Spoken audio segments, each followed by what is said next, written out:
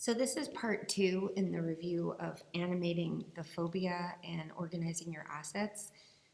I am now in Gravit, so I've gone from Pixlr to Gravit to work on my character designs.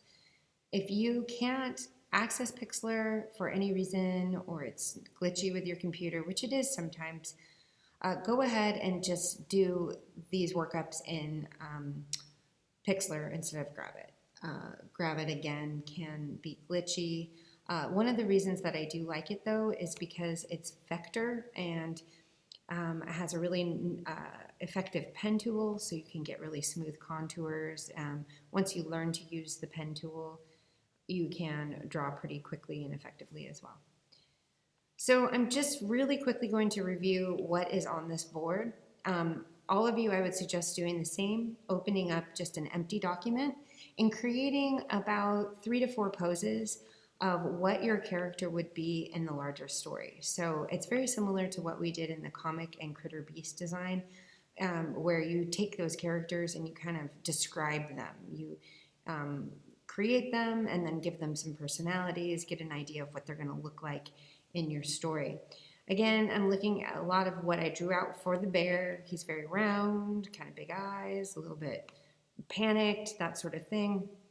And then I also looked at my various shots and kind of getting an idea of what poses I would need. This interior, I did grab a image that was from above, so I've changed that interior so where I would be looking at the bear from above here. I have these close-ups, but I can use this workup and kind of twist it around.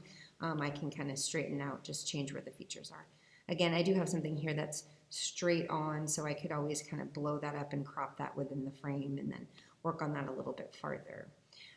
For all of these, I can just import them into my storyboards in Pixlr and then trace over them, color, all sorts of stuff. So again, they're kind of like making little clay models. You're just drawing on the canvas here and kind of just getting an idea.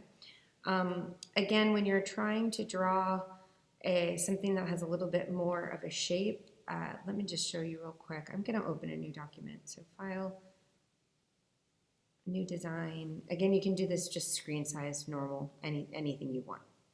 And I'm going to go ahead, I'll just start with an ellipse this time. Not really giving it a important fill. I don't have to worry about that. This is just a mock-up. Borders are black. And then I'm going to move over to the pen tool.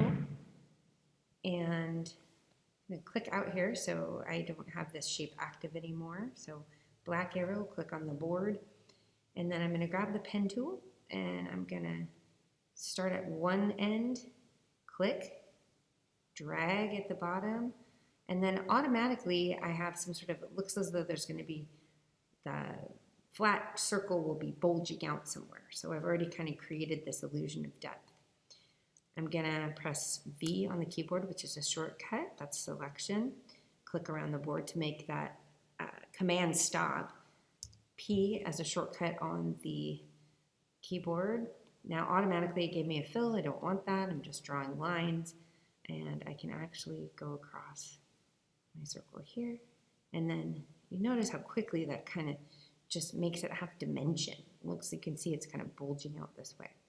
So you can work a couple different ways. You can pull out some shapes and create composite shapes.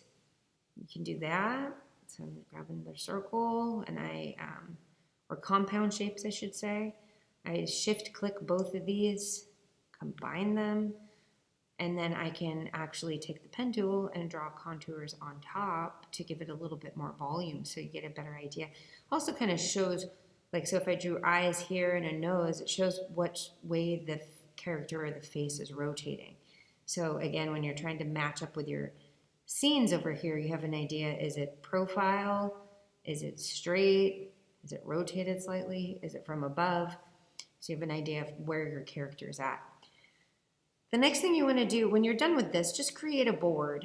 You can create a couple boards if you want. And then you're going to want to download it and keep it to the side in your assets folder. So File, and you can do download file or export, actually. Export as PNG image. So again, File, export as PNG image.